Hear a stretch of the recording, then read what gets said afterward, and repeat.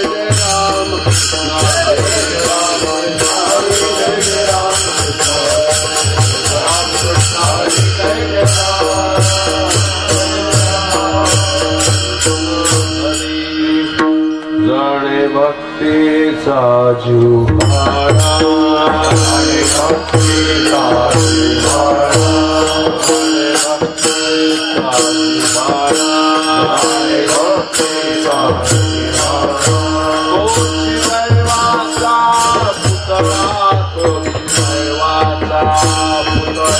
तोची दैवाचा पुतळा तोची दैवाचा पुतळा तोची दैवाचा पुतळा तोची दैवाचा पुतळा जाणे भक्तीचा जिव्हाळा जाणे भक्तीचा जिव्हाळा जाणे भक्तीचा जिव्हाळा जाणे भक्तीचा जिव्हाळा तोची दैवाचा पुतळा तोची दैवाचा पुतळा तोची दैवाचा आणि कणये माझ्या मना आणि कणये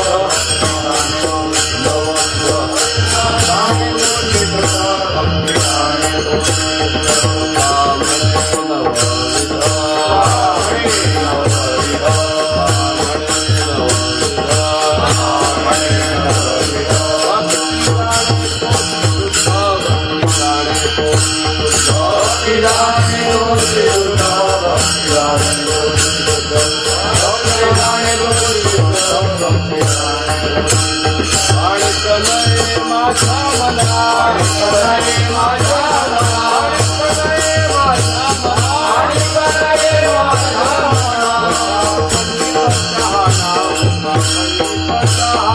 ओका पंडित शहाणा ओका पंडित शहाणा ओका पंडित शहाणा ओका पंडित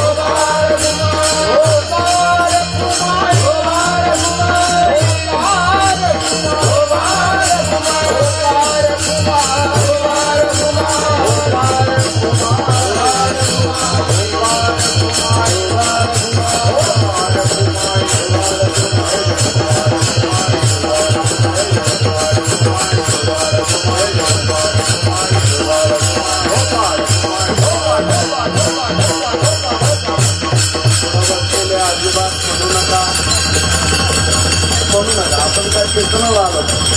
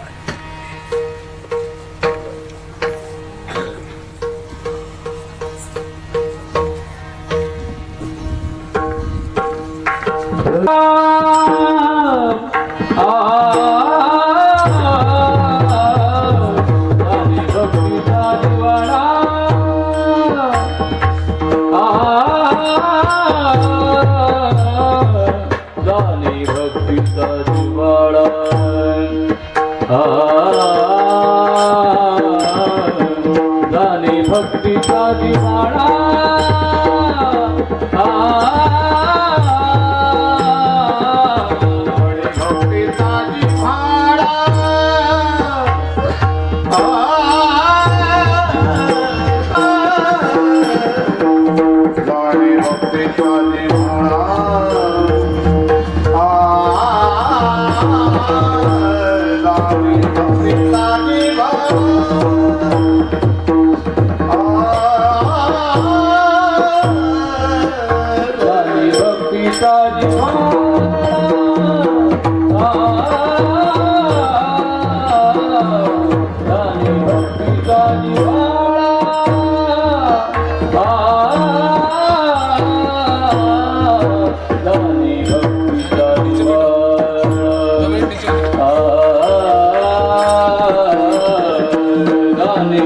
भक्तीचा दिवाळा भक्तीचा दिवाळा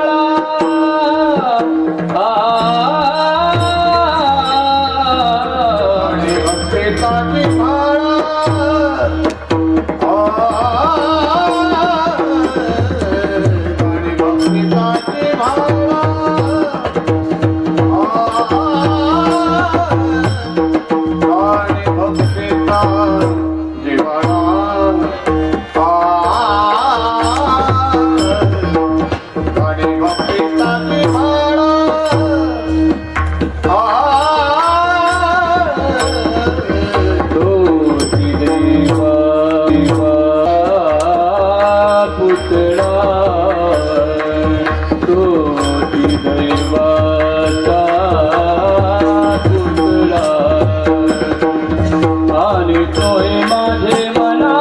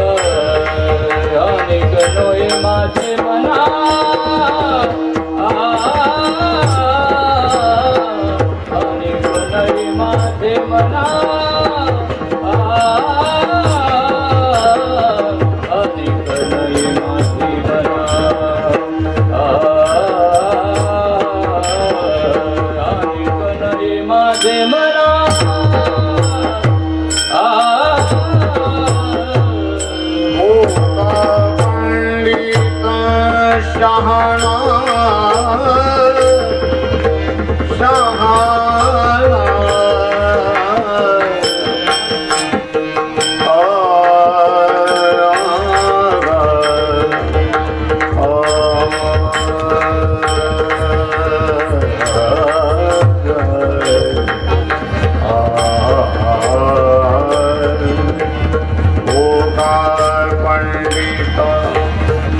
Jai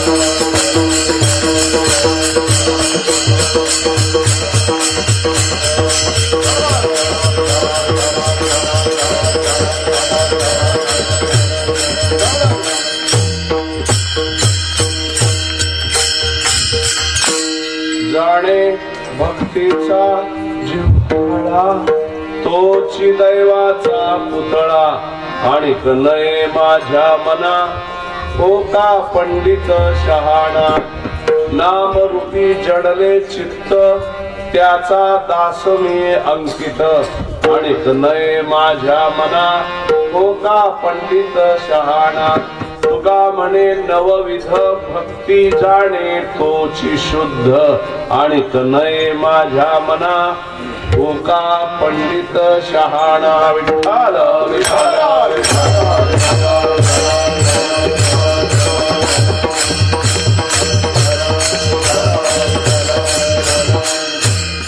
जाणे भक्तीचा जिव्हाळा तोची दैवाचा पुतळा आणिक नये माझ्या मना हो का पंडित शहाणा पांडुरंगा करू प्रथम नमन दुसरे चरणा संतांची या त्यांच्या कृपादाने कथेचा विस्तारू बाबाजी सद्गुरु दास तुका ओम नमोजी आद्या वेद प्रतिपाद्या जय जय स्वसंवेद्या आत्मरूपा देवा तुझी गणेशू आता अभिनव वाग्विलासिनी जे चातुर्यार्थ कला कामिनी ते श्री शारदा विश्वमोहिनी नमिली मिया जयांचे केलिया स्मरण नाहीतर मग मरण होय सकळ विज्ञानचे अधिकरण तेचे वंदू श्री चरण श्री गुरूंचे ते नमस्कारून आता वंदू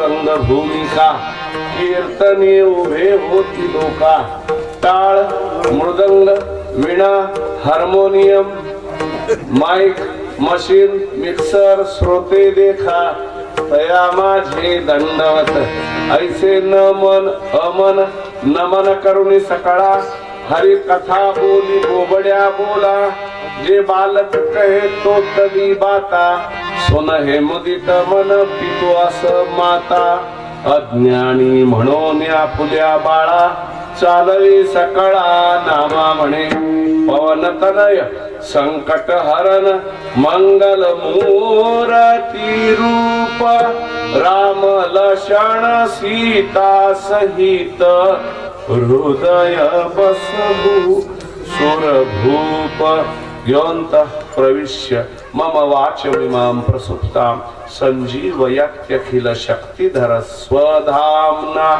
अन्यांश्च हस्तचरण श्रवण त्वगादीन् प्राणान् नमो भगवते पुरुषाय तुभ्यं सोनो पंत तथा कुणी आवडीने मामा असे बोलती नामे शंकर शंकरा सदा समकरा निसंग जो सन्मती पुण्य श्लोक चितो वारकरी संप्रदायाचा अध्वर्यू खरा शोभतो ऐशा संत वरा सदा शुभकरा दांडेकरा वंदितो स्वानंद सुखनिवासी जोग महाराज की जय भगवान श्री ज्ञानेश्वर महाराज की जय जगत गुरु श्री तुकाराम महाराज की जय भगवती रुक्मिणी सहिता भगवान श्री पंढरीनाथ महाराज की जय भगवती मुक्ताई देवी की जय जय सब संतन की जय जय अवधूत चिंतन श्री गुरुदेव दत्त शेगावचे गजानन महाराज की जय समर्थ तिकडे आहे असो जाणे भक्तीचा जिव्हाळा तोची दैवाचा पुतळा आणिक नये माझ्या मना होका पंडित शहाणा सप्ताहाचे हे तिसरे वर्ष निमित्त आपल्या सर्वांना माहित आहे परम श्रद्धे परम आदरणीय वैकुंठवासी शब्द लावा लागतोय वैकुंठवासी श्री विजयराव खर्चे आणि हरिभक्तीपरायण सौभाग्यवती वैकुंठवासी शब्द लावा लागते सुरेखाताई खर्चे त्यांच्या या पुण्यस्मरणाच्या निमित्ताने त्यांचे सुपुत्र ना हरिभक्तीपरायण श्रीयुत शिरीषजी खर्चे साहेब ते या परिसरातील ज्येष्ठ श्रेष्ठ म्हणजे परमश्रद्धे परमपूजनीय यादव बाबा महाराज त्यांच्या प्रेरणेने परमश्रद्धे परमपूजनीय आमचे ज्येष्ठ गुरुबंधू म्हणजे गुरु श्री गुरुतुल्य कायदेकर माऊली महाराज, परमश्रद्धे परमपूजनीय कोल्हे बाबा महाराज, आणखी परिसरातील आणखी ज्येष्ठ श्रेष्ठ यांना सगळ्यांना घेऊन हा सप्ताह मोठ्या आनंदाने उत्साहाने मनापासून साजरा केला जातो आहे. निर्दोष क्रिया, पवित्र भावना आणि उच्च विचाराची कास हे तीन गोष्टी मला याच्यातून दिसून येतात.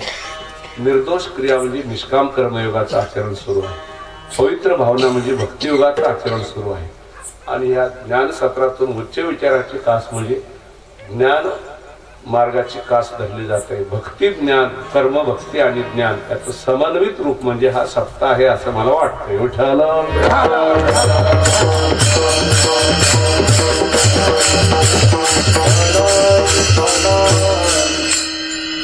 परिसरातील ज्येष्ठ श्रेष्ठ भगवत भक्त, भक्तिमयी श्रद्धामयी माता, तुम्ही आम्ही खेळीमेळी गदारोळी आनंदी करून आपल्याला ही सेवा 2 तासामध्ये करायची आहे. तुम्हाला ऐकायला काय आवडतं मला माहित नाही, मी बोलेल ते आवडेल का नाही आताच मला कसं सांगता येईल.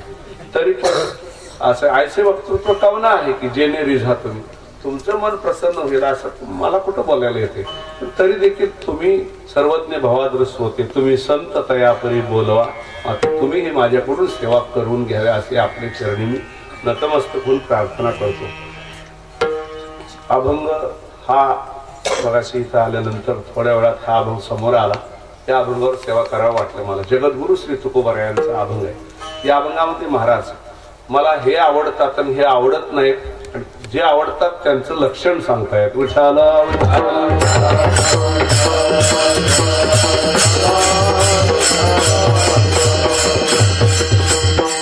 मनुष्य म्हटलं की अंतःकरण आहे, त्या अंतःकरणामध्ये आवड हा धर्म राहतोच. काही जणांच्या ठिकाणी विचित्र अशा वेगवेगळ्या आवडी आहेत. शेठजीला पैसा आवडतो म्हणजे लोभ आवडतो, कामी माणसाला काम आवडतो. काही माणसं समाजामध्ये अशी आहेत दुसऱ्याचं नुसतं वाटवून नाही वज वाटवूनच करायला आवडतं त्यांना. जाऊ दे, इतरांची आवडी सांगण्यामध्ये काय हसील आहे. ज्यांना भगवंत आवडतो ते संतांना आवडतात, ज्यांना संत आवडतात ते भगवंताला आवडतात. विठ्ठल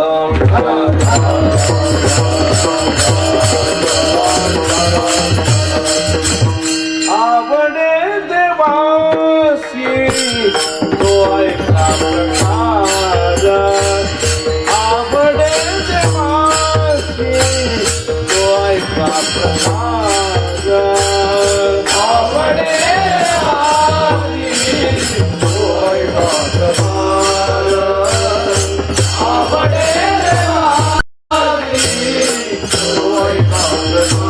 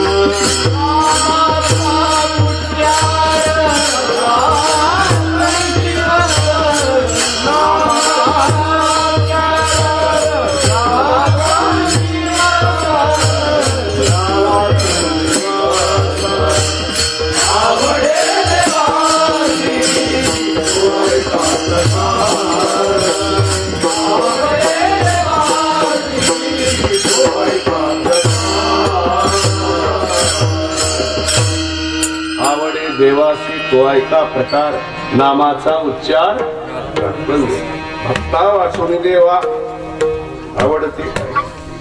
देवाची भगवंताची आवड आहे. संतांचं अंतःकरण बाधित जरी असलं तर बाधित अनुवृत्तीने त्यांच्याही अंतःकरणामध्ये आवड हा धर्म राहतो. ऐसे आवडते म्हणा देवा पुरवावी वासना. या अभंगामध्ये तुकोबर आहे, माझ्या मनाला हे येत नाहीत, अनेक नाही माझ्या म्हणजे हे आवडत नाही. त्यांना आवडणारं कोणतरी असलं पाहिजे. त्यांची काय अवस्था आहे, काय लक्षण आहे, त्या महाराज अभंगाच्या पहिल्या चरणात सांगतात. जाणे भक्तीचा जिव्हाळा, जाणे भक्तीचा जिव्हाळा, जाणे भक्तीचा जिव्हाळा,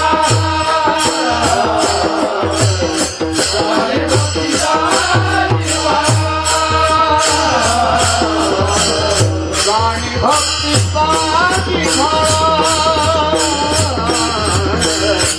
जाणे भक्तीचा जिव्हाळा, जाणे भक्तीचा जिव्हाळा, जाणे भक्तीचा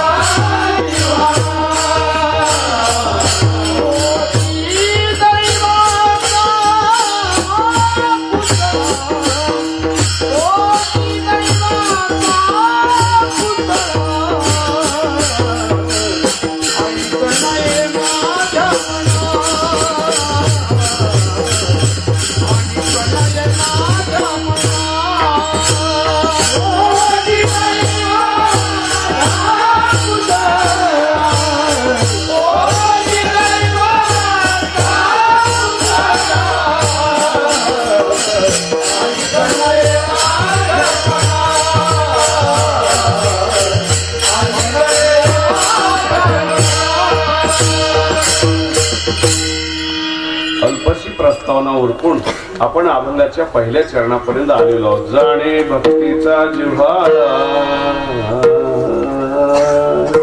का बरे हा भक्ती आणि जिव्हाळा हा विषय का घेतला?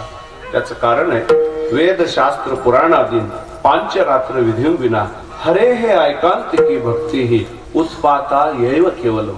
म्हणजे मराठीत अर्थ आहे, वेदात शास्त्रात पुराणात जी भक्ती सांगितलेली आहे, देवर्षी नारदजी शांडिल्य आदी करून ऋषीने आपल्या भक्ती सूत्रामध्ये जी भक्ती सांगितलेली आहे, त्याचप्रमाणे श्री नामदेवराया, तुकोबराया, नाथ महाराज, ज्ञानोबराया आदी करून संतांनी संत वाङ्मयात जी भक्ती सांगितलेली आहे, श्रीमद भागवतादी ग्रंथात जी भक्तीचा उल्लेख आहे, या सगळ्या ठिकाणच्या भक्तीला सोडून जर कोणी भक्ती करत असेल, ती ऐकांतिकी अनन्य जरी भक्ती असती, पण या सगळ्या ठिकाणच्या भक्तीला सोडून करत असल्यामुळे उत्पाता येव केवलम, ती अनर्थाला कारण होते. भक्ती केली आणि पदरामध्ये अनर्थ पडला असे होऊ नये म्हणून देवर्षी नारदजींच्या भाषेत बोलायचं तर अथातो भक्ती व्याख्याच आहे.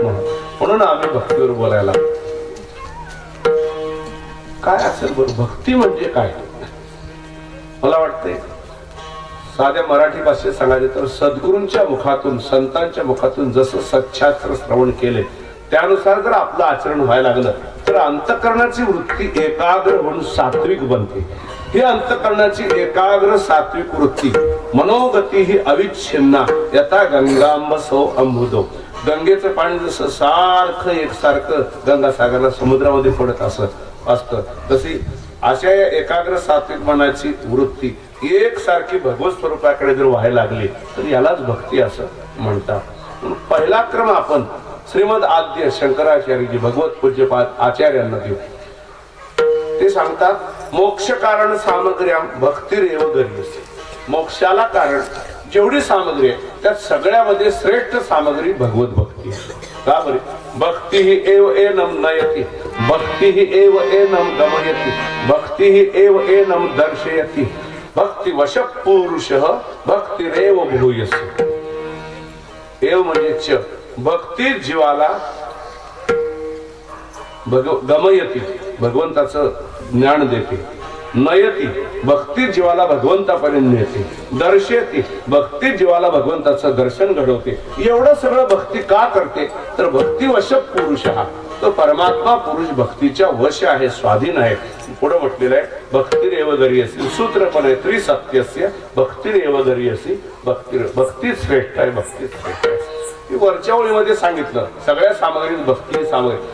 खाली भक्तीची व्याख्या सांगितली स्वस्वरूपानुसंधानम भक्तिरित्य विधीयते. आपलं जे स्वरूप आहे, आपलं स्वरूप पती असेल तर त्याच्या दृष्टीनं पत्नी नाही, पत्नीच्या दृष्टीनं पती नाही, पुत्र नाही, धन नाही, देह नाही. मग घेतो झोप सुखे पुन्हा फिरून उठतो ही ईश्वराची दया.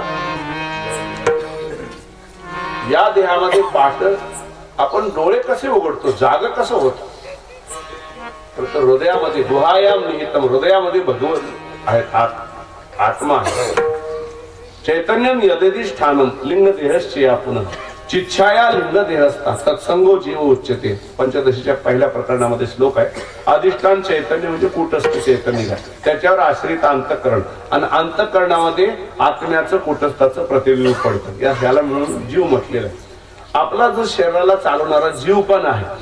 आरशामध्ये जसं प्रतिबिंब पडतं तसं अंतःकरण मिलित सत्वांशापासून बनलेलं असल्यामुळे अंतःकरणामध्ये आत्म्याचं प्रतिबिंब पडतं आणि मग ते अंतःकरण हालायला लागतं. मला सगळ्यात तिकडून भगवंताने कुटस्थ आत्म्याने आपलं प्रतिबिंब नाही जीव दिलं तर अंतःकरण हालचाल करेल नाही, आणि अंतःकरणाने हालचाल नाही केली तर डॉक्टर श्रीराम लागू पहाटे डोळे उघडतील छे मुळीच नाही. विठ्ठल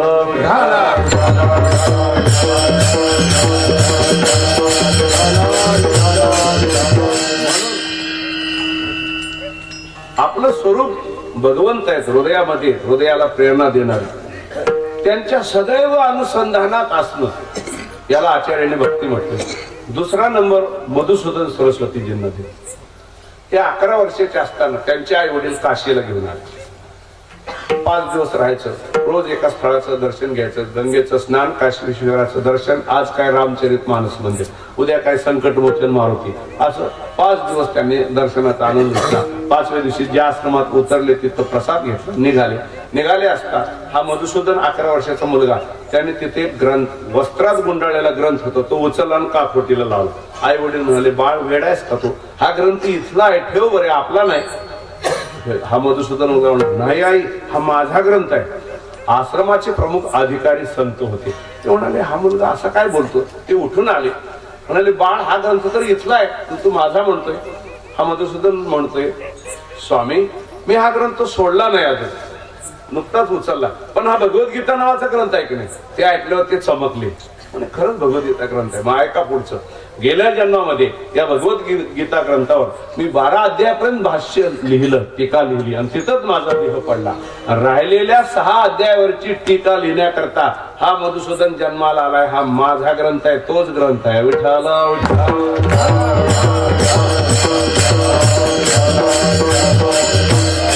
आश्रम प्रमुख म्हणाले, मायबाप तुम्ही हे पोरग काय बोलते ऐकलं, घरी नेऊन काय करता, याचा जगाला उपयोग होईल, याला इथं ठेवा.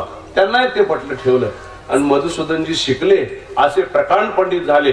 काश्मीरी पंडित असो नाही तर केरळी पंडित असो, शृंगेरीचा, त्याला रडतच परत जावं लागायचं. वादविवादामध्ये शास्त्रार्थामध्ये कोणाचा लाग लागायचा नाही. त्यामुळं यांना शास्त्रार्थामध्ये रस निर्माण झाला. आणि हे काहीतरी अद्वैत सिद्धी काहीतरी लिहित असतील, तेवढ्यात ते अचानक परमहंस त्यांच्या पुढे प्रकट झाले. आपल्याला असं जर परमार्थ क्षेत्रातले श्रेष्ठ लोक जर दर्शन द्यायला लागले अचानक, समजायचं आपली वाटचाल व्यवस्थित चाललेली आहे. कल्याण मासिकाचे संस्थापक भाईजी हनुमान प्रसाद पोद्दार यांनी नारद भक्ती सूत्रावर जेव्हा लिहून त्यांनी कल्याण मासिकामध्ये दिलं, तेव्हा गीता प्रेस जिथं आहे गोरखपूर, तिथल्या एका बागेमध्ये स्वतः नारदजी आणि अंगिरा ऋषी यांनी येऊन स्वतः भेट दिली त्यांना. विठ्ठल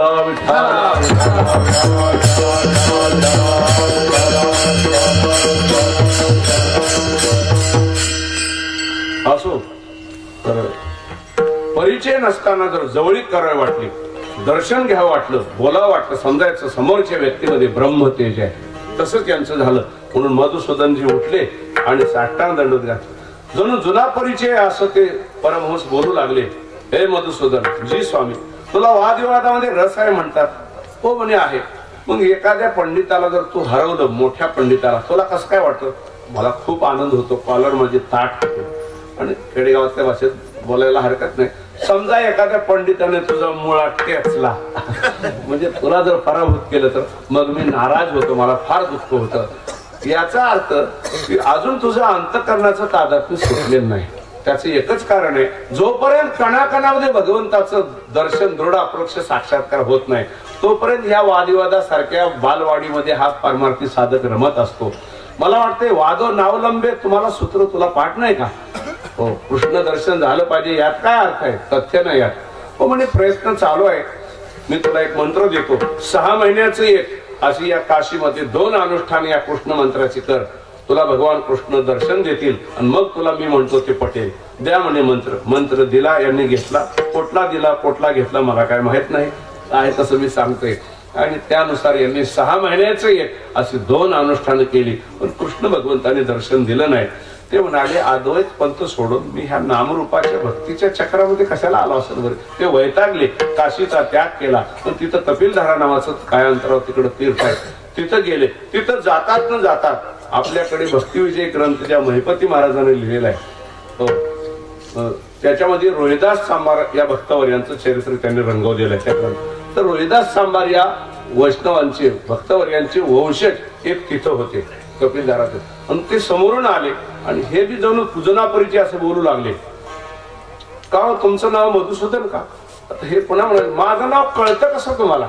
मला एक भूत प्रसन्न आहे. त्यांनी सांगितलं हा येणारा जो आहे ना पंडित आहे तो मधुसूदन आहे. ठीक आहे, त्या कृष्णाचं दर्शन झालं म्हणून वैतागून इथं आलो.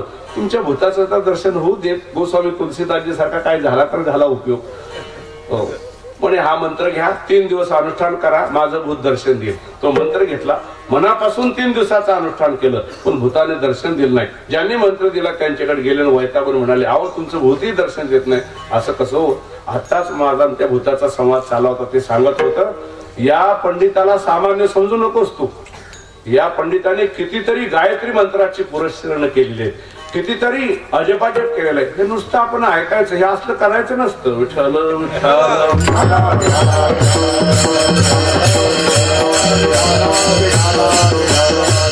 आता नुकतीच वर्षभरात 2 कृष्ण मंत्राचे अनुष्ठान केलेले आहेत. या माणसाचं तेज इतकं आहे की मी जवळ जाईन तर जळून खाक होईल. ते तुमच्या समोर याला घाबरते. बर मग त्याने तुम्हाला एक निरोप दिलाय काय?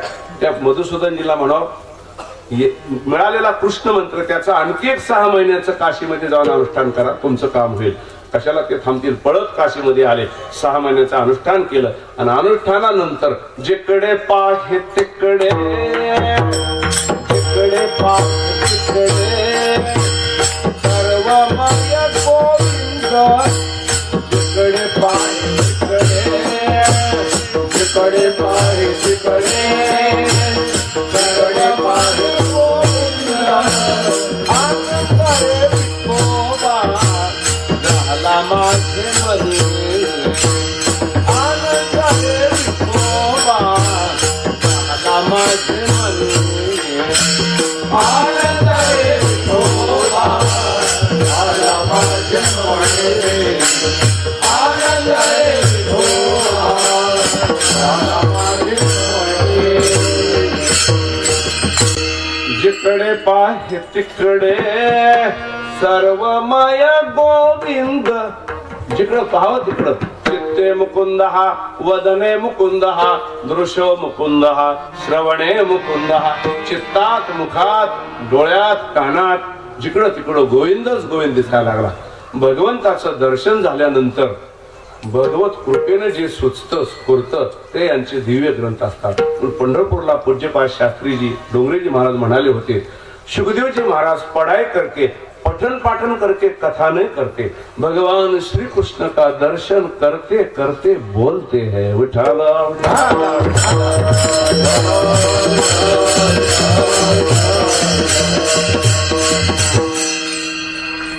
भक्ती रसायन नावाचा नंतर त्यांनी ग्रंथ लिहिला. त्याच्यामध्ये भक्तीचा फार गोड विचार आहे. त्यातल्या एका दुसरी व्याख्या आपण पाहू. सर्वांना आपल्याला पाठ आहे. अनन्य ममता विष्णू ममता प्रेम संगता भीष्म प्रल्हाद नारदोद्धवैहि भक्ती नित्य विधीयते.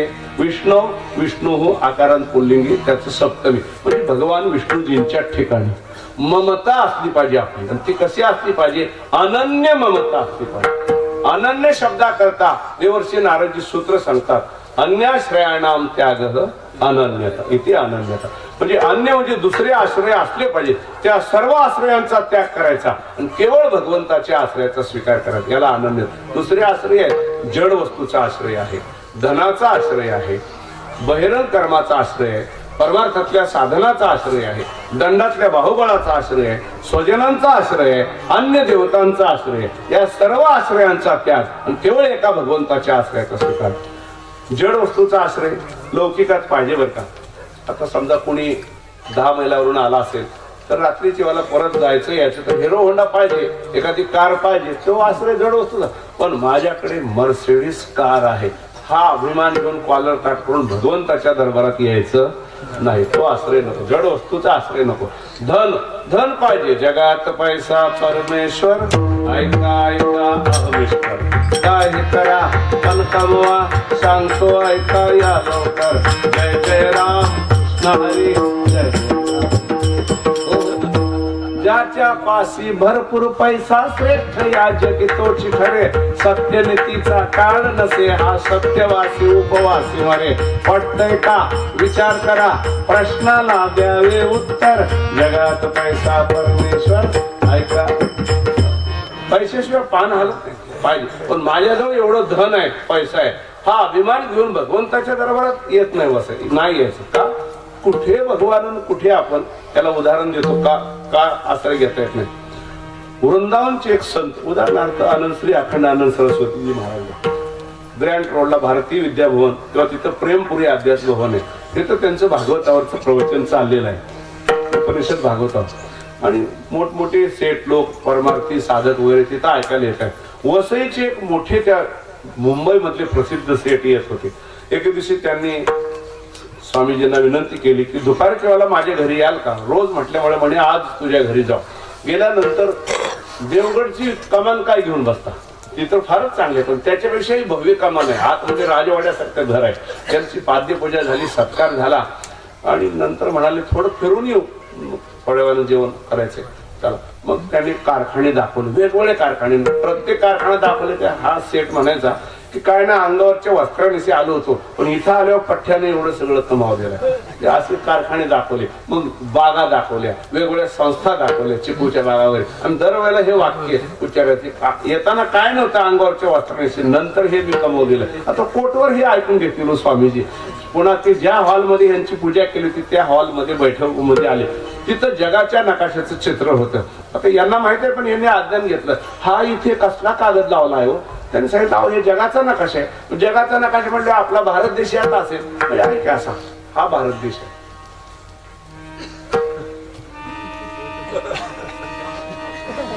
त्यात महाराष्ट्र हा एवढा महाराष्ट्र, आणि त्यात मुंबई प्रांत म्हणजे स्वामी हा काळा ठिपका म्हणजे मुंबई प्रांत. या ठिपक्यात तुझं कारखाने, शेती, बंगला म्हणजे ते नाही दाखवते. अनंत कोटी ब्रह्मांडाचे ते नायक आहे. त्यांच्या मानाने त्या ब्रह्मांडापैकी एक ब्रह्मांड, त्या ब्रह्मांडातले 14 लोक, त्या 14 लोकातले एक भूलोक, भूलोकातला एक आशिया खंड, त्या आशिया खंडातला एक भारत, त्यातला महाराष्ट्र, त्यातला मुंबई प्रांत. त्या मुंबई प्रांतातल्या काळ्या ठिपक्यात ह्याचं कुठलंही वैभव दाखवता येत नाही.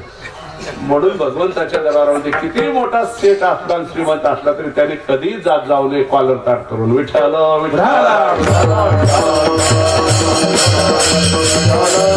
लौकिकात धन पाहिजे, पण भगवंताच्या दरबारात नाही जायचं. पुढे चला, बहिरंग शेती, व्यापार, कारखाने लौकिकात पाहिजे, पण त्याचा अभिमान घेऊन त्याचा आश्रय घ्यायचा नाही. अंतरंग ते सुद्धा नको. जपतपानुष्ठान व्यर्थ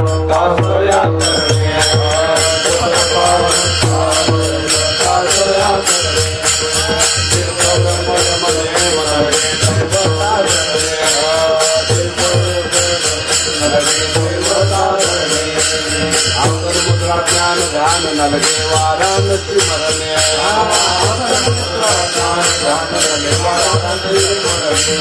केशव माधवा श्रुतवदता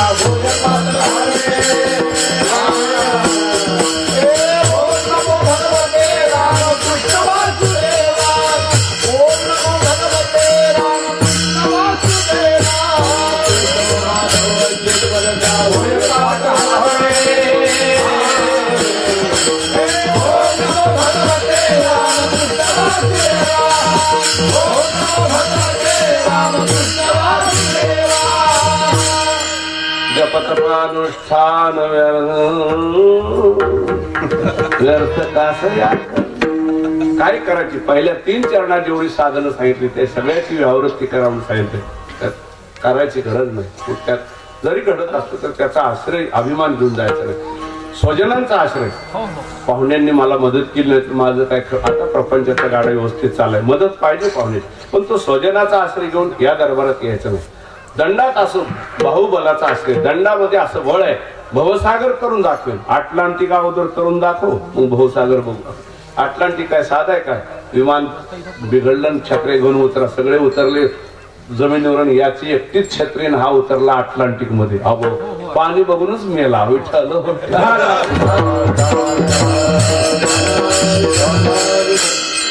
म्हणून दंडातल्या बळाचा आश्रय घेऊन इथं नाही आहे. आणि पुढे शेवटी आहे अन्य देवतांचा आश्रय. उदाहरण माहित आहे, अन्य देवतांचा आश्रय नाही चालत. आपले जीव स्वामी महाप्रभू चैतन्यजींच्या परंपरेतले संत वृंदावनला आलेले, मोठ्या परंपरेत मोठ्यांच्या परंपरेतले, जाऊ काहीतरी दर्शन घेऊन सत्संग होईल. मीराबाई त्या काळात होत्या. आल्या तर सेवकात म्हणजे जाऊ दे ना शिष्य, का आमचे स्वामी महाराज बायांचं दर्शन घेत नाहीत आणि बायांना दर्शन देत असं. मग तर तुझ्या स्वामीला सांग की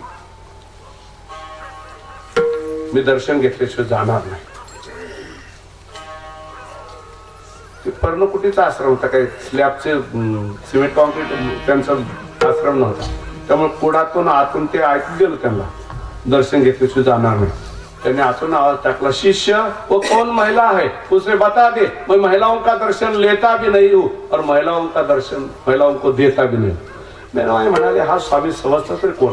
मीराबाईने त्याला ऐकू द्यायला एवढी मोठी गर्जना केली, आवाज काढला, पूरे वृंदावन में एक भगवान श्री कृष्ण ही अद्वितीय पुरुष है, एक और जीव नामक दूसरा पुरुष हमारे वृंदावन में घुस गया है. विठ्ठला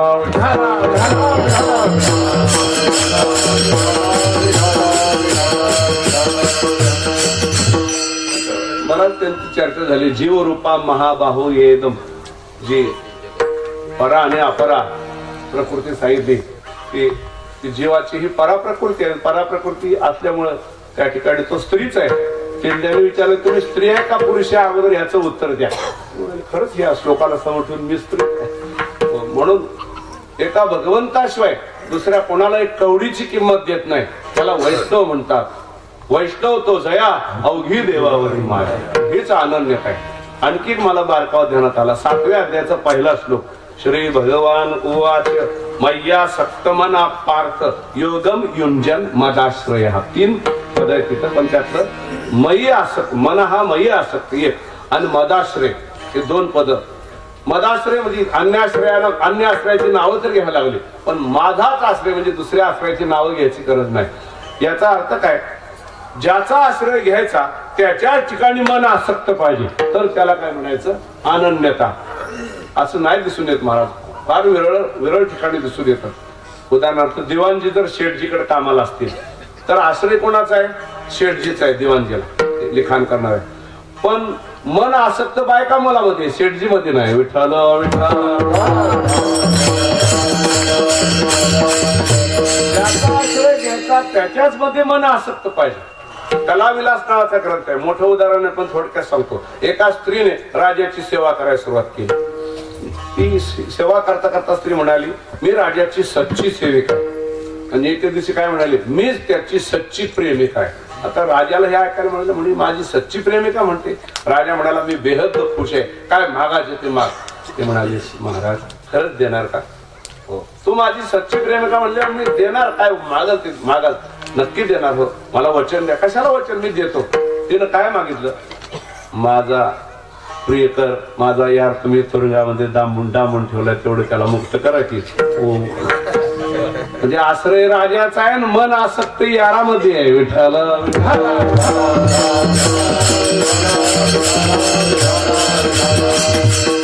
याला अनन्यता म्हणत नाही. ज्याचा आश्रय घ्यायचा तिथं मन आसक्त पाहिजे. अनन्य. सुरेशजी बाबा, तुम्हाला अनन्य शब्द आवडेल का? फनन्य.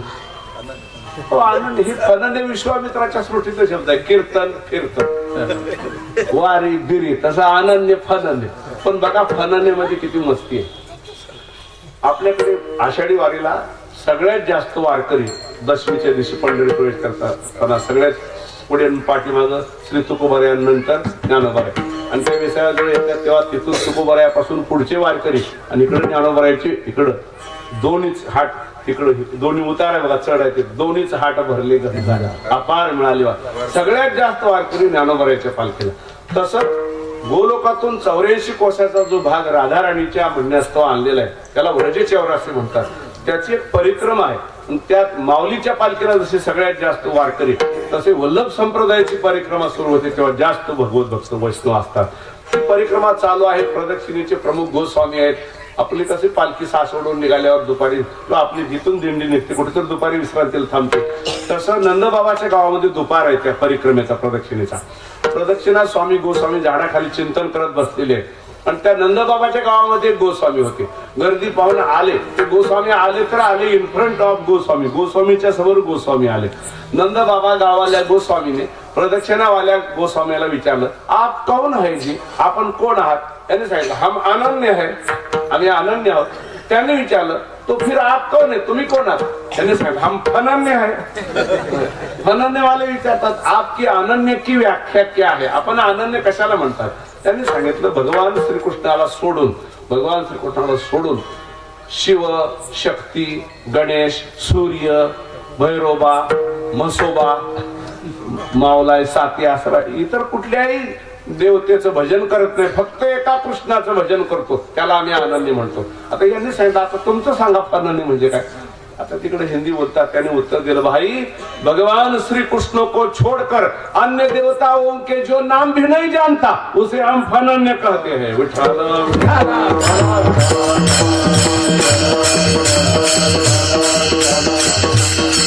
अनन्यवाल्याला नावे तर माहित आहेत इतरांची, पण अनन्यामध्ये इतकी बसते त्यानं इतरांची नावं सुद्धा माहीत करून घेत नाही. इतकं अनन्य असलं पाहिजे. आता हे अनन्यच व्हायचं अवघड आहे. अनन्य म्हणता कोणा लक्षण सूक्ष्म केले, ममता, प्रेम, संगत, ममतेवर पुन्हा प्रेमाची, अनन्यच व्हायचं अवघड आहे. तर ममतेवर पुन्हा प्रेमाची संगती अवघडच आहे. कोजागिरी पौर्णिमा आहे, चंद्रदेव असे आलेले तेव्हा असं मंडपात भजन करायचं नसतं. चंद्राच्या प्रकाशामध्ये 2-3 सतरंज्या टाकायच्या, भजनी मंडळाला बोलवायचं, बाजूला 1-3 दगड मांडायचे, त्याच्यावर मोठं पातेलं ठेवायचं, गावरान कसदार दूध टाकायचं, मसाला टाकायचा आणि त्याला सांगायचं आता 9:30 वाजले, या वेळापासून ते 12:30 पर्यंत तू मंद जाळ घालायचा. आणि इकडं भजन यांचं सुरू झालं, जय जय राम कृष्ण हरी, जय जय राम कृष्ण हरी, जय जय राम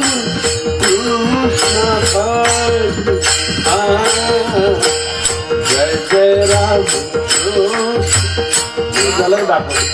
जे भजन रंगलं 12:30 वाजले तर कळाल नाही. अवनी चंद्र मध्यावर आला, कितीतरी अमृत दुधामध्ये आला असेल, भजन बंद करा. विठ्ठल जय, भजनाच विठ्ठल आपल्या आता येऊ द्या म्हणे दूध. ते भजन करणारे दूध फुलपात्रावर फुलपात्र, ग्लासवर ग्लास दूध रिचवायला लागले, पण चंद्रमा मेला आहे असं कोणी ममत्व व्यक्त करायला तयार नाही. विठ्ठल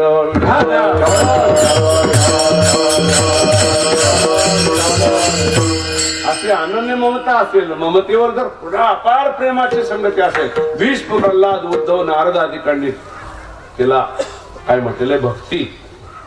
आणि कितीतरी व्याख्या वेळेवर पण एवढी एकच घेऊ. दुसरा नंबर आपण देवर्षी नारदजींना देऊ. दुसऱ्या सूत्रामध्ये ते भक्तीचे रूप सांगतात आणि तिसऱ्या सूत्रामध्ये भक्तीचे स्वरूप सांगतात. काय रूप सांगतात? सात तस्मिन परम प्रेम रूपा. त्याला भारतेंदू बाबूंनी सूत्र काढायला सोपं होऊन समांतर सूत्र दिले. कसमय परम प्रेम रूपा. कसमय मध्ये क आहे. हा क कुठे आला? शरीराच्या अवयवामध्ये मस्तक. मस्तकामध्ये, मस्तक म्हणजे सगळ्या अवयवामध्ये सगळ्यात वरचा अवयव मस्तक आहे, त्यामध्ये क. तसं विश्वाच्या पसाऱ्यामध्ये क म्हणजे जो सर्वोच्च आहे. कम ब्रह्म म्हणजे जो सच्चिद आनंद घन आहे. क म्हणजे जो सगळ्या जगाचा अधिष्ठान आहे, सच्चिद आनंद घन आहे आणि जो विश्वाच्या पसाऱ्यात सर्वोच्च आहे. अशा परमात्म्याच्या ठिकाणी परम प्रेम असणं हे भक्तीचं काय आहे? रूप आहे. आता 5-6 जण मनात म्हणतात ह्यांच्याकडे बघून सांगतो, भक्तीचं वर्णन आहे ना, भक्ती रूपी माता माऊली आहेत म्हणून इकडे जास्त बघून सांगतो, तुमच्यावर अन्याय नाही. विठ्ठल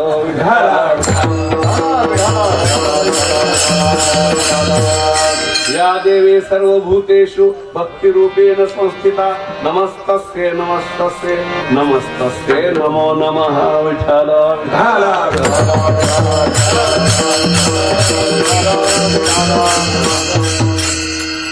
आता परमप्रेम शब्द पुढे आला म्हणजे प्रेम वेगळं आहे आणि परमप्रेम वेगळं आहे. पण प्रेमातला आणि परमप्रेमातला फरक म्हणून दोन शब्द देतो. नुसतं प्रेम म्हणजे क्रोधाचा थोरला भाऊ काम आणि परमप्रेम म्हणजे प्रेम म्हणून काम आणि प्रेम यातला थोडा फरक व्हावा. जोड्या जुळवा फरक सांगा. फक्त एवढं सांगून मला 5 मार्क मिळणार असं आहे. ज्याच्यामध्ये बाह्य अवडंबराला महत्व असतं तो काम आहे आणि ज्याच्यामध्ये आंतरिक अनुभूतीला महत्व असतं ते प्रेम आहे.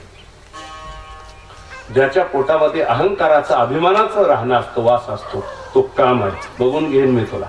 आणि ज्याच्या पोटातल्या हृदयामध्ये श्री भगवंतांचे राहणे असते त्याला प्रेम असं म्हणतात. आणखी तिसरा फरक अधोगतीकडे खड्ड्यात पतनाकडे नेणार आहे तो काम आहे. हृदयातल्या चिदाकाशामध्ये मुक्त भरारी मारायला लावणार ते प्रेम आहे. ज्याच्यामध्ये वनवे एकेरी वाहतूक म्हणजे फक्त 100%तला 100च्या 100% स्वतःच्या सुखाचा जेव्हा विचार असतो तेव्हा त्याला काम असं म्हणतात. आणि 100%तला 1% आपला विचार नाही समोरच्याचा प्रियतमाचा प्रेमास्पद प्रभूचा विचार असतो तेव्हा त्याला प्रेम असं म्हणतात.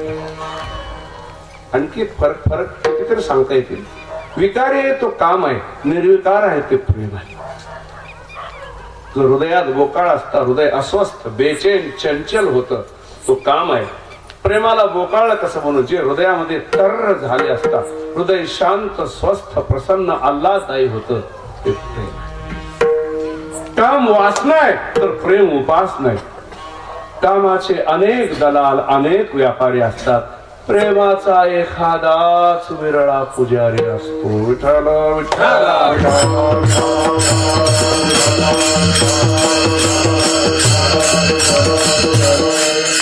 खरं प्रेम शुद्ध प्रेम परम प्रेम कधी घटत नाही खंडित होत नाही. एरवी आपल्याला प्रेमीला प्रियतमामध्ये लौकिकातल्या जर दोष दिसले तर ते प्रेम विच्छिन्न होतं तुटतं महाराज. पण प्रेमी माणसाचे डोळेच असे त्याला दोषच दिसत नाही असे दिव्य डोळे. दोन इच्छावाले ज्यांच्या हृदयात इच्छा आहे ह्यालाही वाटतं मला सुख मिळावं त्याला वाटतं ह्याच्यापासून मला सुख. इच्छावाले एकत्र येतात तेव्हा त्यांच्या मिलनातून काम जन्माला येते आणि दोन निष्काम हृदयाचे एकत्र येतात त्यांच्या मिलनातून शुद्ध प्रेम जन्माला येतं. विठ्ठला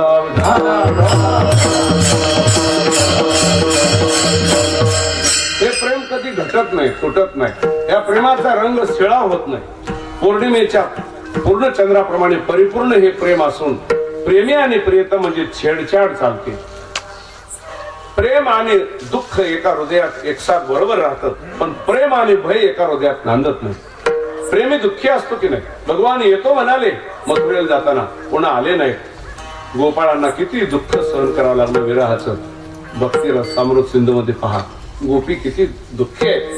म्हणजे प्रेमी दुःखी असतो पण प्रेम आणि भय एका हृदयात ज्याच्याविषयी भय वाटतं त्याच्यावर प्रेम केलं जात नाही. दुसरं एक पैलू आहे की प्रियतमामध्ये दोष दिसले असता हे प्रेम तुटत नाही. मग माझी कुठेतरी सेवा कमी पडते म्हणून दोष दिसत आहे. सेवाभाव वाढवला जातो आणि सर्वता ध्वंस रहिता आ सृष्टी रक्षे सृष्टीचा नाश होईल पण ह्या परमप्रेमाचा नाश होत नाही. हे भक्तीचं रूप आहे परमप्रेम. आणि स्वरूप काय अमृत स्वरूपाचं.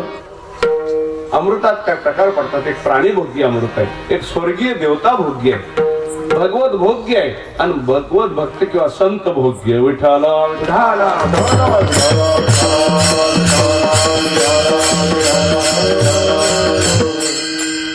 उष्णामीचे औषधी सर्व हा सोमो भूतवा रसात्मक. चंद्रातून अमृत पाजरतो. पौर्णिमेकडे चंद्र चालला आणि ह्या वनस्पती जी औषधी वनस्पती आहेत म्हणजे ज्वारी बाजरी काय पिकं असतात ते पुष्ट होतात. ते प्राणीभोगी ते आपण खातो. ते फक्त क्षुधानाशक आहे. जरामरण नाशक हे अमृत नाही धान्यात प्राणीभोग. दुसरं समुद्र मंथनातून निघालेलं अमृत स्वर्गीय देवता भोग्य ते फक्त जरानाशक आहे. जरी म्हटलं असतं अमरा निर्जरा जरी म्हटलं असतं अमर अमृत पान करतील पुढे काय म्हटले शेकी तेही मरून जात. म्हणजे मृत्यूनाशक नाही, फक्त जरानाशक आहे ते, दीर्घायुष्य देणारे एवढंच. भक्ती हे भगवत भोग्य आहे, कारण भगवान परिपूर्ण आहेत, भगवान निष्काम काम आहेत, भगवान सर्व सुखाचे आगर आहेत, आनंदाचा कंद आहे. त्यामुळे त्यांना कुणामध्ये रमायची गरज नाही, ते परिपूर्ण आहे. मग त्यांनाही जेव्हा रमाव वाटतं, त्यांना कोणी रमवू शकत नाही. मग रमाव वाटतं तेव्हा पितांबर नेसतात, हातामध्ये बासरी घेतात, बासरीमध्ये क्लीम बीज घालतात, सच्चिद आनंद गण भरतात. बाहेर आल्यावर त्याला वेणुनाद म्हणतात. ऋणा झुणा ऋणा झुणा ऋणा झुणा ऋणा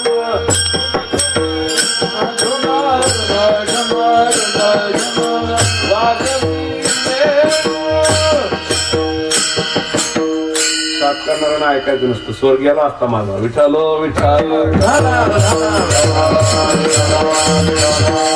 मधून अजून स्वर्गीय जातो. एखाद्या शिकडं ऐकायला दुरुस्त झालं तर त्याचा उपयोग होतो. तर तो बासरीच्या द्वारे सच्चित आनंदगण बाहेर पडला, त्याला वेणुनाद म्हणतात. ती बासरी आता पण वाजते, पण ऐकण्याकरता गोपींचेच कान असायला होता तर ऐकायला मिळते. समजा कानातून आपल्या आत गेली तर तेवढं हृदय आपलं तयार नाही, त्या गोपींचं हृदय एवढं तयार आहे. त्या सच्चिद आनंद घन वेणुनादाचं भक्ती रसामध्ये प्रेम रसामध्ये रूपांतर होतं, ते हृदयात मावत नाही, ते व्हायला लागतं. आपला सच्चिद आनंद बासरीच्या द्वारे त्यांच्या हृदयात स्थापन करतात आणि त्याचं प्रेम रसात भक्ती रसात रूपांतर झालं की भगवान त्याचा स्वाद घेतात. म्हणून भक्ती ही भगवत भोग्य सांगितलेली आहे. आणि नामामृत गोडी वैष्णव कथामृत आहे. नामामृत आज वैष्णवाला जेवढा स्वाद मिळतो तेवढा त्या नामाचा कथेचा आपल्याला स्वाद मिळत नाही. असो, हे अमृत स्वरूप का म्हटलेलं आहे. बाकी सगळी साधनं फल कालामध्ये अमृत आहेत, साधन कालामध्ये अमृत नाही, क्लेश देणार आहे, दुःखदायक आहे. बघा, कर्म मार्ग म्हटलं तरी समजा साधा यज्ञ करायचा असला तर 2 नंबरचं धन त्याला चालत नाही, जोडून या धन उत्तम. त्याच्याकरता मंत्र म्हणणारे आजवर उद्गाता होता श्रेष्ठ वेदशास्त्र संपन्न ब्रह्मवृंद बोलावं आणावे लागतात, जमा करावे लागतात. यज्ञाची सामग्री जमा करावी लागते. नंतर हविष्यानं सेवन करावं लागतं, यजमानाला जमिनीवर झोपावं लागतं, ब्रह्मचर्याने राहावं लागतं, यज्ञातला धूर सहन करावा लागतो. असे कितीतरी क्लेश धारण करून धूर सहन करून इथं अपाम सोमम अमृता अभूम, इथं सोमरसाचं पान करायचं आणि देह पातानंतर स्वर्गात गेल्यावर अमृताचं पान आहे. म्हणजे फलकालामध्ये अमृत आहे कर्ममार्ग, साधन कालामध्ये क्लेशच आहे. योग मार्ग, योग गुरु योगाचार्य महाराज त्यांचे इथं भागवत चालू आहे. आपल्याला थोडी योगाची आवड दिसते, पण योग मार्गामध्ये क्लेश आहे. वाचून योगाच्या वाटा जे निघाले का सुभटा तया दुःखाचा वाटा क्लेशोधिकतरस तेषाम. योग याग विधी तेने नो येती, योग याग विधी तेने नो येती, योग याग विधी तेने नो येती, योग याग विधी तेने नो येती. वायाची उपाधी वायाची उपाधी हरिमुखे माना, हरिमुखे माना, हरिमुखे माना, हरिमुखे माना.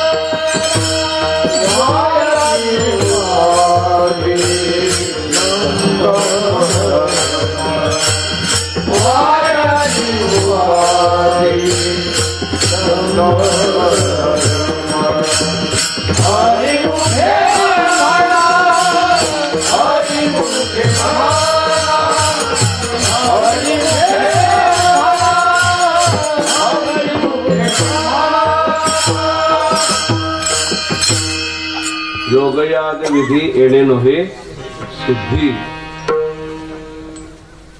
कलियुगाच्या मानवासाठी कलियुगी उद्धार हरीच्या नव्हे त्याच्या दृष्टीने ज्ञानापरायणे हरिपाठामध्ये त्याचा उल्लेख केलेला आहे. न साधे हा मार्ग आहे से बोलती मुनी प्रमाणे आपल्याला 1-2 बस झाले. मी सांगत होतो काय की यम नियम शौच संतोष स्वाध्याय ईश्वर प्रणिधाम वगैरे जे नियम आहेत अहिंसा सत्य असते ब्रह्मचर्य अपरिग्रहा यमाहा. हे पाठ करणं सोपं आहे, पण अंगी बांधायला एक एक यम अंगी बांधायला 12 वर्षाचा काळ आहे. अरे बाप. बर यम नियम अंगी बांधले. आसन 6 तास पद्मासनात बसायचं. किती सलग. आणि पळ म्हटलं की पळत सुटायचं. आपले पाय शेकायला माणूस लागल, ओढायलाच एक माणूस लागल. 6 तास बसायचं. आसनजय म्हणून त्याच्यानंतर प्राणायाम पुढे का ठेवलेला आहे. ज्याला आसनजय झाला त्याला योगामध्ये केंद्रात जाऊन प्राणायाम शिकायची गरज नाही. तो सहज नैसर्गिक होतो आसनजय झाल्यानंतर. म्हणून आसनानंतर प्राणायाम ठेवलेला. एकेकामध्ये प्रत्याहार किती निसर्ग आहे. 6वा देवाचा धारणा होत नाही, ध्यान होत नाही, समाधी अवघड आहे, सगळं क्लेश आहे. आणि मग निर्विकल्प समाधीमध्ये ते जे अमृत पाजरतात ते चंद्रनाडीमध्ये ते इथले पडजीभ चाटून घ्यावी लागते. ती कर्तन दोहन जे क्रिया आहेत त्या क्रिया, तर ते मग तिथं ती काकी मुखामध्ये जीभ बसते, मग ते अमृत प्यायला मिळत. ते अवघडच गोष्ट आहे. म्हणजे फलकालामध्ये निर्विकल्प समाधी अवस्था लागली. ज्ञानमार्ग सुद्धा साधन कालामध्ये क्लेश आहे. आमच्या कन्नरेला विचारसागर रस्ते सांगा म्हणजे चांगली गोष्ट आहे. शनिवारी प्रवचन असतं. 3 तरंगापर्यंत अगदी आनंदाने ऐकलं. पण असत ख्याती आत्मख्याती अन्य ख्याती सुरू झाली. म्हणजे महाराजची डोसक्याचं पहिलं होते काय कळत नाही. बंद करा पुढच्या सामान्य लोक जाऊ द्या. करिता जाती भोगसे बुद्ध्या दृश्यते पगरया बुद्ध्या सूक्ष्मया सूक्ष्म अग्रदार टोकदार बुद्धी असावी लागते ज्ञान मार्गासाठी. एक एक सिद्धांत ध्यानात ठेवता ठेवता प्रक्रिया सगळ्या घटवता नाकीनं येतं. आणि एवढं सगळं झाल्यानंतर थोडं फलकालामध्ये मात्र ज्ञानामृतेन तृप्तस्य कृतकृत्यस्य योगिना. ज्ञान फलक मार्गामध्ये फलकालामध्ये अमृत आहे साधन काला. पण परमार्थामध्ये माळ घालत असताना सद्गुरू म्हणतात मन रामकृष्ण हरी हे पहिलं पाऊल आहे. पण अमृतावनी गोड साधन का. आणि फलकालामध्ये अमृत स्वरूपाचं अमृत स्वरूप आहे.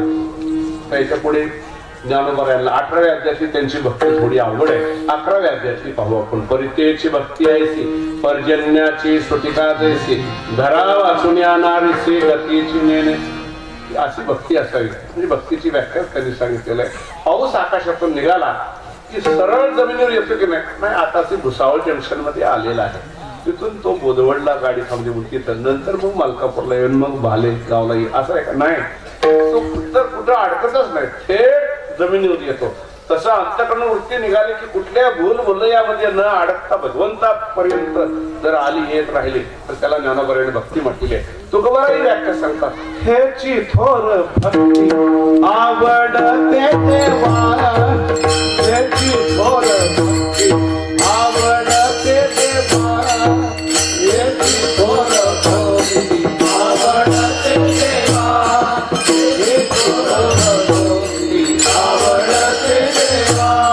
संकल्पादी माया संसाराची संकल्पादी माया संसाराची संकल्पादी माया संसाराची ठेविले आनंदे पैसे राहावे ठेविले आनंदे पैसे राहावे.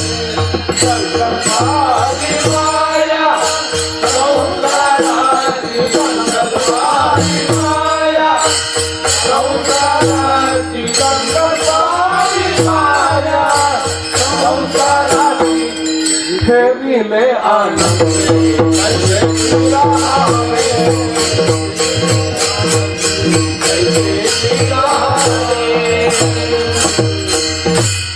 गेल्या महिन्यात आम्ही कर्नाटकच्या पलीकडे केरळ अलीकडे राहतो. शृंगेरी आचार्यांचं 1 नंबर पीठ आहे. 4 पीठावर तिकडे गेलो तर तिकडे उन्हाळ्यामध्ये भाताची रोपं लावली होती. बाकी सगळी राहणार रिकामी. म्हणलं हा काय प्रकार.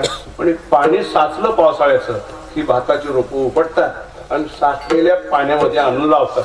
म्हणजे उदरसे उखाडणार इधर रोपणार. तसं मुलावर गाडीवर मित्रावर धनावर शेतीवर बंगल्यावर जे प्रेम आहे विखुरले सगळं गोळा करायचं. त्याची पेंडी बांधायची. सगळं भगवंताच्या ठिकाणी संकल्पित समर्पित करायचं. त्याला तुकोबाराने भक्ती म्हटले. आणि मग आता नामदेवराया भक्तीचं नाही विचार करते तर ते भक्ती भक्त शिरोमणी ज्ञानदेव म्हणे तू भक्त शिरोमणी जोडीले जन्मोने केशव. ते प्रेम भांडारी कसले फार गोड तीर्थयात्रेसाठी ज्ञानोबारायांनी नामदेवरायांना मागून घेतलं. म्हणून वाटेमध्ये ज्ञानोबारायांनी बोलते की नामदेवराया तुम्ही बोला, तुम्ही नाही बोललं तर आम्हाला भक्तीबद्दल नामाबद्दल विशेष काय जे रहस्य कळलं कसं. तिथं त्यांनी श्रवण म्हणजे काय, मन निधी ध्यासन ह्या देखील त्यात भक्तीची गोड व्याख्या सांगितली. कशी आहे व्याख्या? रजतम वेगळा होऊ निराळा, भोगी प्रेम करा त्याची भक्ती, भोगी प्रेम करा त्याची भक्ती, भोगी प्रेम करा त्याची भक्ती. रजतम वेगळा होऊ निराळा, भोगी प्रेम करा त्याची भक्ती, भोगी प्रेम करा त्याची भक्ती, भोगी प्रेम करा त्याची भक्ती. गर्दी माणसं नाही पण सामान्य माणसं इथं अडकतात. रजतमा वेगळा. आता वेगळा म्हणजे पुन्हा होऊन निराळा काय, वेगळा निराळा म्हणजे राहायला खास सतोगुण राहायला की सुख संगेन बदनाती ज्ञान संगेन चान, त्याचे दोन बंद आहे म्हणून त्यालाही ओलांडून पलीकडे गेलं पाहिजे म्हणून त्याच्यापेक्षा निराळ. तसं चरण आहे आपल्याकडे दुसरं. क्षराक्षरा वेगळा सुख होऊन निगम कळा बोले विठ्ठल प्रसादे. क्षराक्षरा म्हणजे पुन्हा उत्तम पुरुष राहिला त्याचाही स्पंद जे राहिला पाहिजे त्याच्याही आतीत जाऊन. तसं रजतमा वेगळा होणे. मग भोगी प्रेम कळा त्याची भक्ती. अभंगामध्ये जाणे आहे आणि इथं भोगी. मी साखर जाणतो आणि पठ्ठ्या साखर खातो. जाणणारा श्रेष्ठ का खाणारा. तसं नामदेवरायाचं भोगी पद विशेष समोर आलं. पण काय वाटायचं कारण नाही. जगद्गुरु तुका अवतार नाम दोघंही एकच आहेत. विठ्ठल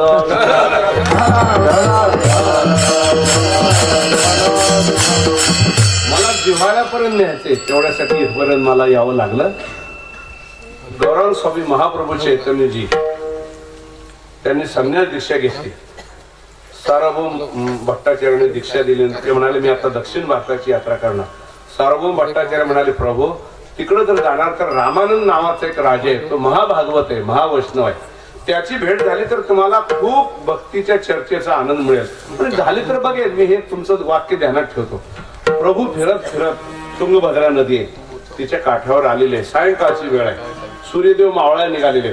नदीच्या काठावर झाड आहे आणि झाडाला टेकून नदीकडे बघत हे बसलेले आहेत. ते अवांतर करणे वाऱ्याचे वाऱ्यामुळे लाटा निर्माण होत आहेत. त्या लाटाकडे बघत यांचं सादृश्याने चिंतन चाललंय. त्याच्या ह्या नदीवर जशा लाटा येत आहेत आणि पुन्हा विरून जात आहेत तसं अंतःकरण रूपी नदीवर वृत्तीरूपी लाटा सारख्या येत असतात आणि विरून जात. असं काहीतरी सादृश्याने चिंतन चाललंय. तेवढ्यात वाद्य वाजले. असं वळून बघितलं तर कोणीतरी राजा दिसतोय. असेल आपल्याला काय घेणं. राजा आला. त्याने गंगेची पूजा केली, आरती केली. परत निघाल्यानंतर सूर्यदेव मावळा निघाले होते. अगोदर विरक्त भगवत भक्त तेजस्वी हे संन्यासी आणि मावळत्या सूर्याची किरणच ऊन पडल्यामुळे आणखीनच चेहरा असा तेजस्वी खुलून दिसला. राजा आपोआप आकर्षित झाला. चर्चेमध्ये तोच राजा निघाला हो रामानंद. पण गर्दीमध्ये कुठे बोलता. दुसऱ्या दिवशी एकांतात आपण कसं तिथं खोलीत बसलो तसं एकांतात बसले. खरं पाहिलं तर हे महाप्रभू अवतारी पुरुष होते. राजाला प्रश्न विचारायला संधी द्यायला पाहिजे पण महाप्रभू म्हणाले मी प्रश्न विचारतो. राजा म्हणे विचारा. प्रश्न जो विचारला तो आपल्या उपयोगाचा आहे. मनुष्य देहात जो जो आलेला आहे त्या मनुष्य देहधाऱ्याचं मुख्य कर्तव्य काय ते सांगा. आता सांगा. त्या दोघांपुरता कुठं संवाद आहे. आपल्यासाठीच तो संवाद आहे. राजाच्या मुखातून श्लोक बाहेर पडला. स्वे स्वे कर्मण्य भिरतस संसिद्धिं लभते नरः. वर्णाश्रमानुसार ज्याच्या ज्याच्या वाट्याला जे जे कर्तव्य कर्म आलेले ते त्याने मनापासून कसली अपेक्षा न करता स्वधर्म म्हणून ते करत जावं. हा हे त्याचं कर्तव्य आहे. वर्णाश्रमाचारवता पुरुषेन परपुमान विष्णो हो आराध्य ते पंथा हा नान्य तत्तोषण. दुसराही श्लोक सांगितला राजाने. वर्णाश्रमानुसार वाट्याला कर्तव्य कर्म पोट तिडकीने करत राहणं हा प्रत्येकाचा स्वधर्म आहे. आणि विष्णू हो आराध्यते हेच विष्णूची महापूजा. हेच विष्णूची महापूजा आहे. हे जेव्हा ऐकलं हे वर्णाश्रमाचं उत्तर ऐकून महाप्रभू म्हणाले राजा ज्याची वासना भोगात अडकलेले पतित आहे त्याच्याकडे हे उत्तर आहे. दुसरी गोष्ट याचं आचरण केलं असता जे पुण्य मिळतं त्याने फार तर स्वर्गादी लोक मिळतात. हो आणि स्वर्गादी लोक मिळाला असतात येऊ लागती माघारी पुण्य संपलं की. पतनाची भीती हे अस्थायी उत्तर आहे. तुमचा स्वर्ग अस्थायी. याच्यापेक्षा श्रेष्ठ कर्तव्य असं ते सांगा. तो राजा म्हणते म्हणजे प्रभू तुम्हाला सकाम कर्म मान्य नाही. जाऊ द्या सकाम कर्म फल देणारे असतात फलप्रद. नरदेहात आलेल्या माणसांनी निष्काम कर्माचं आचरण करावं. हे जेव्हा सांगितलं महाप्रभू म्हणाले, वा राजा, तू निष्काम कर्माचं कर्तव्य सांगून त्रिभुवनातल्या म्हणजे ह्या परमार्थातल्या साधकाला त्रिभुवनातल्या सुखापासून वर खेचलेलं आहे. पण तुमचं हे निष्काम कर्माचं जे कर्तव्याचं उत्तर आहे, ह्याने मोक्ष नाही मिळत. हे चित्तशुद्धीला मुख्य कारण आहे, मोक्षाला देऊ नये. योगिना कर्म कुर्वन्ति संगम त्यक्त्वा आत्मशुद्ध. योगिना हा कर्म कुर्वन्ति, कर्मयोगी कर्मे करतात मूळ वाक्य. तशी संग टाकून हे मी केलं म्हणत नाही तर फलाचा स्वाद टाकत नाही. कशासाठी? कारणे करिता साठीच तो चतुर्थीचं पद आहे. आत्मशुद्ध आहे, अंतकरणाच्या शुद्धीसाठी. या अंतकरणाची शुद्धी निष्काम कर्मयोगाने होती, हे मुख्य फल आहे. आणि मोक्षाला मग ते काय गौण साधन आहे. हे तुमचं उत्तर मला पसंत नाही. राजा म्हणाला, प्रभू तुमची कमाल आहे, तुम्हाला सकाम कर्मही पसंत पडेना, निष्काम कर्माचं कर्तव्य पसंत पडेना. जाऊ द्या, कुठलंही कर्म असो धर्म असो त्याने त्रिविध तापाची निवृत्ती होत नाही ह्या सकाम कर्माने निष्काम कर्माने. मग त्रिविध तापाने संतप्त साधकाने सगळ्या कर्माधर्माचा त्याग करावा आणि भगवत चरण कमली शरण जाऊन त्याने भगवंताची भक्ती करावी, हे त्याचं मुख्य कर्तव्य. आणि याला 18व्या अध्यायात श्लोक आहे प्रभू कोणता? सर्व धर्मान परित्यज्य माम एकम शरणम व्रज. हा श्लोक. त्यानुसार त्याने त्रिविध ताप आल्याने कर्मधर्माचा त्याग करून प्रभूला शरण जाऊन भक्ती करावी. महाप्रभूने ते त्रिविध तापाचा मुद्दा पकडला आणि हे तुमचं उत्तर त्रिविध ताप आल्यासाठी झालं. आमचा साधक असा उंचीच आहे, 3 तापाचं भान त्याला ओलांडून पुढे गेला, त्याच्यासाठी कुठं हे कर्तव्य? त्याच्यासाठी कर्तव्य सांगा. मग राजा म्हणतोय की या साधकाने योग्य काय, अयोग्य काय, यथार्थ काय, अयथार्थ काय, हिताचं काय असा विचार करत करत समावस्थेत येऊन भगवंताची भक्ती करावी. महाप्रभू म्हणाले, योग्य अयोग्य, हिताचं अहिताचं, सम विषम यथार्थ, हे तर एकमेकाच्या विरुद्ध द्वंद्वात्मक भाग झाला. आणि तुझे जो जो घडे तो संसार. मला तुमच्या उत्तरामध्ये संसार जन्म मरणाची भीती दिली. हे मला उत्तर नेमक्या उत्तरापर्यंत का कर्तव्यापर्यंत न्यायचं चाललेलं आहे. एक कर्तव्य असतं, एक मुख्य कर्तव्य. हे मुख्य कर्तव्य काय? मग त्याला राजाने सांगितलं, प्रभो भगवंताची विशुद्ध भक्ती करत राहणं हेच जीवाचं मुख्य आणि श्रेष्ठ कर्तव्य. त्याला राजाच्या मुखातून दशम स्कंदातला एक गाजलेला श्लोक बाहेर पडला. ज्ञाने प्रयासमुदपास्य नमंत एव जीवंती सन्मुखरितां भवदीय वार्तां स्थाने स्थिता श्रुतिगतां तनुवांग मनोभिः ते प्रायशो जितः जितोप्यसितैस्त्रय लोक्याम. कधी 3ऱ्या वर्षाला संस्थेत असताना 82, 83, 84 साली हा श्लोक पाठ त्यावेळेला पाठ केलेलं तुमच्या माझ्या ध्यानात आहे. आता पाठ केलं तर पाठ होतं पुन्हा विसरतो. विठ्ठल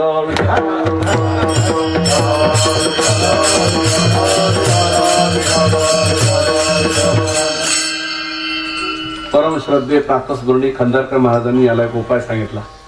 जरी विसरत असलं, विसरू नये याला काय करावं? 108 मण्यांची जपमाळ असते. तो जो श्लोक पाठ करायचा असो, अभंग असो, ओवी 108 वेळा म्हणायचे, मग विसरत नाही. विठ्ठल विठ्ठल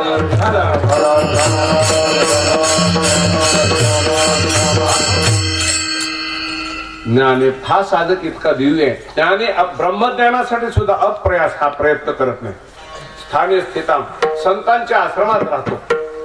सन्मुखरिताम भवदीय वार्ताम आणि संतांच्या मुखातून भवदीय म्हणजे भगवंता तुमचा नाम रूप लीला धाम याच्या कथा त्याचं रहस्याचे चिंतन ऐकत राहतो. तनुवांग मनोभी नम कायाने वाचेने मनाने जे दिसल त्याला वंदन लोटान घालत राहतो. मला तर वाटते तो महात्मा अजित आहे आणि सगळ्या विश्वामध्ये कोणी त्याला जिंकू शकत नाही. हा श्लोक जेव्हा ऐकला आणि विशुद्ध भक्ती करा हे मुख्य कर्तव्य ऐकलं, महाप्रभूंनी आलिंगन दिलं. सार्वभौम भट्टाचार्याने तुमचं कौतुक केलं माझं तुमची. तर खरोखर तसंच मी ऐकतोय. तुमचं शास्त्र ज्ञान, तुमचं भक्ती ज्ञान, आचरण अनुष्ठान सगळं व्यवस्थित दिसतंय. विशुद्ध भक्ती करावी हे मला तुमच्याकडून कळालं, पण कशी भक्ती करावी तेवढं सांगा की. मग राजा म्हणतोय, प्रभो भगवान श्रीकृष्ण परमात्मा रस स्वरूप आहे, रस चुडामणी आहे. भगवान श्रीकृष्ण रसरूपी समुद्रामध्ये विहिरीत कसं पोहताना आपण वरून मुटका टाकतोय, इकडे आहे का शब्द मुटका? म्हणजे वरून मांडी घालायची विहिरीत अंग टाकायचं, त्याला मुटका म्हणतात आमच्याकडे. तसं श्रीकृष्ण रसरूपी समुद्रामध्ये उडी घ्यावी आणि हातवारे करत डुंबत राहू पोहत, आणि पोहताना एक अवस्था कमवावी. कोणती? श्रीकृष्ण भक्ती रस भाविता मती. श्रीकृष्ण भक्ती रस भाविता मती. श्रीकृष्ण भक्ती रसामध्ये, रसाचे भावना म्हणजे गुलाबजामुन आपण अगोदर तयार करतो, नंतर साखरेच्या पाकामध्ये टाकतो. साखरेचा पाक त्यात मुरतो की नाही, की त्या साखरेच्या पाकाची भावना झाली त्याला. तशा प्रकारे श्रीकृष्ण भक्ती रसामध्ये ही बुद्धी भिजली पाहिजे. स्पंज दाबल्यावर कसं पाणी, बुद्धी दाबायला येत नाही, पण दाबली तर श्रीकृष्ण भक्तिरस बाहेर आला पाहिजे. क्रियताम यदि कुतोपि, वाटतं ते मोल देऊन ही अवस्था परमार्थी माणसाने कमवली पाहिजे. अहो मोल देऊन कमवू, पण याचं मोल काय, मूल्य काय? तिसरी ओळ आहे, तत्र लौल्यमपि मूल्य केवलम. लौल्य हे त्याचं मूल्य आहे. लौल्य हा संस्कृत शब्द झाला, मराठीत त्याचा अर्थ आहे जिव्हाळा. अतिशय तीव्र उत्कंठ असलं पाहिजे, जिव्हाळा असला पाहिजे. आणि जिव्हाळा हेच भक्ती रसात भिजलेली मती मिळत. आणि असा जिव्हाळा ज्या वेळेला भक्ती आणि भक्तीचा जिव्हाळा हृदयामध्ये ज्याच्या स्थिरावला, महाराज म्हणतात तोची दैवाचा पुतळा. जाणे भक्तीचा जिव्हाळा,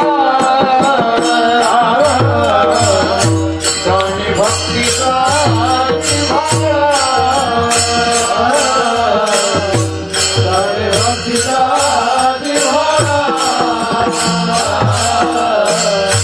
जाणे भक्तीचा जिव्हाळा.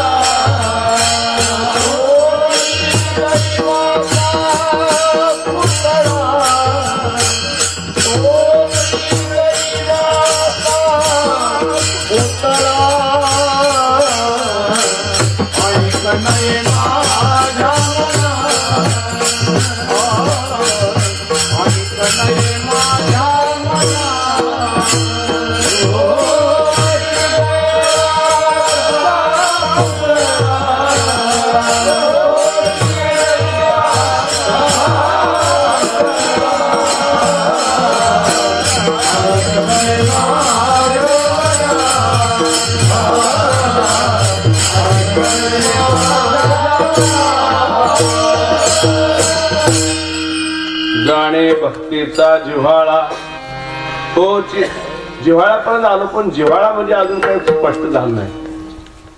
2 तासाची मर्यादा आणि एका कीर्तनात विषय येऊ पुरा होतच नाही. विठ्ठल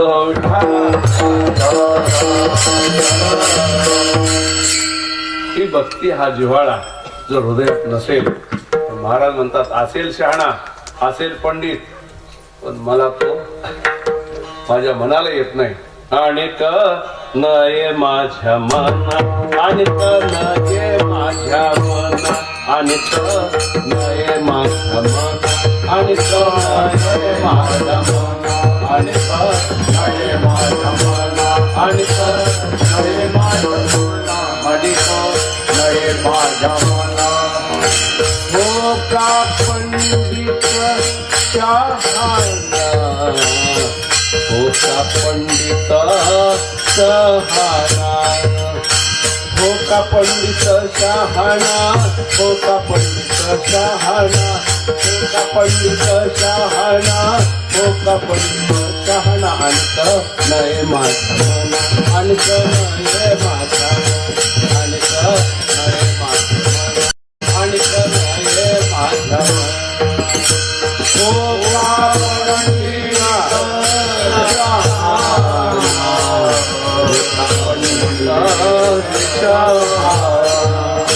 हो का पंडित शहाणा, हो का पंडित शहाणा, हो का पंडित शहाणा, हो का पंडित शहाणा.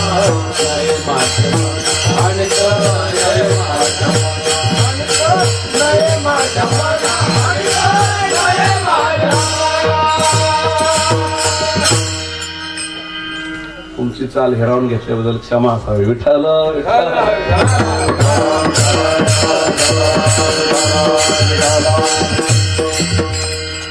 आणि नये माझ्या मना, हो का पंडित शहाणा. फार मौज आहे. पंडित शहाणा जरी असलं तर म्हणा, इथं पंडित आणि शहाणा 2 शब्द उच्चारले, त्यात नक्की दोन्हींचा वेगवेगळा अर्थ असला पाहिजे. शहाणा वेगळा आणि पंडित वेगळा. एक कुटुंब कुठेतरी वृंदावनला यात्रेला गेलेलं, ते आलं सकाळी 10 वाजता. काडीपेटी सापडेनं झाडझूड केली. तर मग आईनं सांगितलं मुलीला, 11 वर्षाची पोरगी, शेजारी आपल्या ब्राह्मणाचं घर होतं, काकी राहतात, नुकता स्वयंपाक झाला असेल, जा विस्तव घेऊन येला. ती मुलगी गेली, काकी स्वयंपाक करून नुकत्याच कुठतर बाहेर गेले होत्या आणि काकामध्ये हे पंडित शास्त्री होते. ते ग्रंथांच्या गराड्यात, इकडे योग वासिष्ठ, इकडे ईशा वासिष्ठ, समोर दासबोध, इकडे ज्ञानेश्वरी, गाथा, श्रीमद भागवत, श्रीमद रामायण, मन महाभारत, हे ग्रंथांच्या गराड्यात. हे पोरी कशी, काका काय आमच्या आईने इस्तू मागितला, खेडेवासी पोरगी, विस्तव नाही इस्तू. मग कशात नेते, काहीतरी तवा नाही तर ताट काहीतरी घेऊन ये, तुला पोळत नाही म्हणे, मला फक्त विस्तू कुठं आहे ते दाखवा. वेडे का पोळत नाही, पोळत तू दाखव. कमाल नाही. बरं म्हणे ही कार्टी कसा विस्तव नेते बघू. नेलं तिच्या हातात धरून, ही चूल तो रसरसीत विस्तव ने कसा नेते. ते कमरेवर हात ठेवून उभं राहिले. ती पोरगी गेली, बसली, विस्तवाची निखारी बाजूला चालली, जी राख पडलेली असते ना ती गोळा केली, डाव्या हातावर ठेवली, थपथप थपली, जाडसर केला.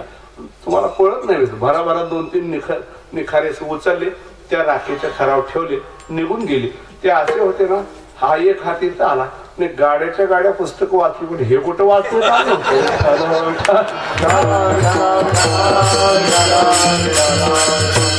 पुस्तकाच्या गराड्यातला पंडित आहे आणि विस्तव घेऊन जाणारा शहाणा आहे. विठ्ठल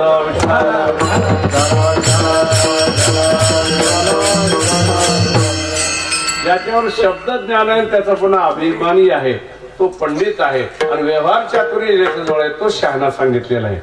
पण तुकोबारायांना इथं म्हणतात अनेक नाही माझ्या मना हो का पंडित. तुकोबारायांना मान्य असलेले पंडित शहाणी आहे, तर नसलेला पंडित शहाणा इथं सांगितलेला आहे. मान्य असलेला पंडित आपल्याला याला कसं महाराज मान्य नाही म्हणतील. अशोच्याननो शोचस्तम प्रज्ञावादांश भाष्यस गतासून गतासूश्च नानुशोचंती पंडिता. तिथं आचार्य अर्थ दिलेला आहे, आत्मविषयका पंडानाम बुद्धी अस्य स पंडित. आत्म्याविषयी ज्याची तैसी जे सद्बुद्धी, जे परमात्माची अवधी, तैसा गंगेसी उदधी निरंतर. बुद्धीचे वैभव त्याचं भाषांतर आहे. तो पंडित आहे. तो महाराजांना मान्य कसा मान्य असणारा तो पंडित आहे. विद्या विनय संपन्ने ब्राह्मणे गवे हस्तिनी शुनीचैव स्वपाकेच पंडिताः समदर्शिना. तिथं पंडित हा शब्द आला, समदर्शिना. सगळ्या सप्तमी विद्या विनय ह्याला श्लोक चित्र दिले गीता प्रश्न. विद्या विनय संपन्न ब्राह्मण दाखवलाय आणि त्याच्या पोटावर कृष्ण भगवंताचं चित्र आलंय. गवी गाय दाखवली आणि गायच्या पोटावर श्रीकृष्णाची हत्ती दाखवल्या. याचा अर्थ काय, विद्या विनय संपन्न ब्राह्मण आकार दिसत नाही, त्याच्या आकारातलं निराकार हृदयातलं तत्व कृष्ण तत्व तेवढं दिसतं. गाय दिसत नाही, गायच्या हृदयातलं श्रीकृष्ण तत्व दिसतं. हत्ती दिसत नाही आकार, हत्तीच्या हृदयातलं श्रीकृष्ण तत्व दिसतं. हत्तीच्या अंबारीतला राजा दिसत नाही, राजाच्या हृदयातलं श्रीकृष्ण तत्व दिसतं. शुनी सगळ्या सप्तमी आहेत. कुत्रा दिसत नाही, कुत्र्याच्या हृदयातलं श्रीकृष्ण तत्व दिसतं. शपाक दुष्काळ पडला, खायला काय नाही, कुत्र मरून पडलं होतं, थोडं मांस घेतलं, शिजवलं, खाल्लं. शपाक याला चांडाळ म्हणतात. तो चांडाळ दिसत नाही, त्याच्या हृदयातलं कृष्ण तत्व दिसतं. पंडिता हा समदर्शिना समम सर्वेषु भूतेषु तिष्ठन्तं परमेश्वरम विनश्यत्सु अविनश्यन्तं यः पश्यति स पश्यति. सगळ्या आकारामध्ये समतत्व पाहतो. विनश्यत्सु विनाशी आकारामध्ये अविनाशी तत्वाला असा जो पाहतो, यः पश्यति स पश्यति. एकम सांख्यंच योगंच यः पश्यति स पश्यति. त्याला उदाहरण श्रीखंडंच बासुंदींच या पश्यती स पश्यती. बासुंदी असली तरी दुधाशिवाय नाही, श्रीखंड असलं तरी दुधाशिवाय नाही, दोन्ही पदार्थामध्ये दूधच पाहतो. तसं सांख्याने योगाचं मूळ साध्य तो एकच पाहतो, या पश्यती स पश्यती. असा जो पाहतो तो पंडित हा महाराजांना मान्य असलेला पंडित आहे. पंडित तोचे भला नित्य भजे जो विठ्ठला, नित्य भजे जो विठ्ठला, नित्य भजे जो विठ्ठला. हा पंडित नित्य भजे जो विठ्ठला, नित्य भजे जो विठ्ठला. पंडित तो भला नित्य भजे जो विठ्ठल. नित्य म्हणजे आता हे शब्द अवघड आहे बरं का.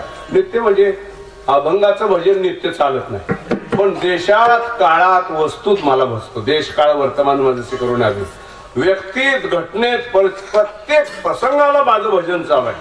पण अभंगाचं भजन सतत नाही चालत, नामाचं भजन आणि त्यातले त्यात हे समजुतीचं जे भजन आहे भगवंताच्या ते नित्य चाललं पाहिजे.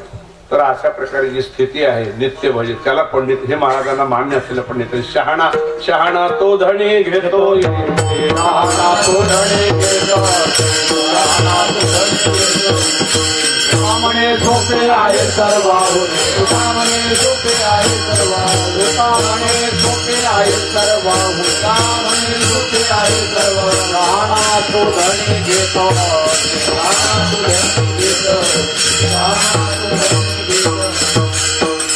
प्रपंचातली वेळ हिसकावून भजनाला द्यायला ज्याला कला साधली त्याला महाराजांनी काय म्हटले शहाणा तो धनी घेत असे हे महाराजांना मान्य असलेले शहाणा आणि पंडित आहे कोणत्या पंडिताला महाराज मानत नाही तर कुठल्या शहाण्याला सांगतो आता बरं असं आहे दुकानदार एक आहे व्यवहारच्या दुकानदार घेऊ मोठं दुकान आहे त्यांचं सकाळी पहाटे ते उठतायत 1 तासभर काकडा करतायत नंतर आंघोळ झाल्या 1 तासभर पूजा 2 तास झाले 1 तास नित्यनेम अर्धा तास जप म्हणजे 3.5 तास भगवंताच्या संगतीत होत आणि हे सगळं उरकून नाश्ता करून जेव्हा दुकानामध्ये येतात आणि काउंटरला उभे राहतात विक्री करायला गिरायक म्हणजे कोण आहे महाराज ज्या भगवंताचं 1 तास भजन केलं ना जाने किस रूप में नारायण मिल जा तो नारायण तर गिरायकाच्या रूपाने येतो ना तासभर ज्याचा काकडा केला तासभर ज्याची पूजा केली नित्यनेम केला जप केला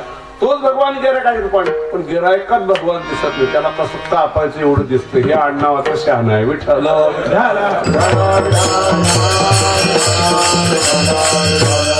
या गावातले दुकानदार सोडून असं म्हणायचं काय कारण नाही असं आणि पंडित पंडित म्हणजे नुसतं शब्द ज्ञान आहे त्याचे आव असं आहे वेळ पुरतच नाही संपली वेळ ज्ञानोबाराने विचारतात उदाहरण समान अनुभूती वेगळी सहानुभूती वेगळी उदाहरणार्थ माझे वडील वारलेत मी 8 वर्ष म्हणून माझे वडील वारलेलं सांगायला तुम्हाला त्या वडिलाला काही धक्का लावत नाही तर ह्या आठवड्यात समजा वारले 15 दिवसात लोक भेटायला येतात की नाही लोक महाराज फार वाईट झालं तुमच्या दुःखामध्ये आम्ही सहभागी आहोत आम्हाला ही सगळी सहानुभूती आहे महाराज पण माझा धाकटा भाऊ आणि मी दोघांची वडील एक असल्यामुळे माझं जे दुःख आहे ते त्याचं दुःख याला समान तुमचं दुःख ते मला जाणवलं पाहिजे त्यानुसार माझी वाटचाल झाली पाहिजे महाराज तर ती समान अनुभूती आहे हे प्रसंग ज्ञानोबारायांचा घ्या म्हणजे त्या रेड्याचं नाव ज्ञानाच आहे हो म्हणे असं ना हो त्याच्या पाठी मारलं तर तुझ्या पाठी उमटेल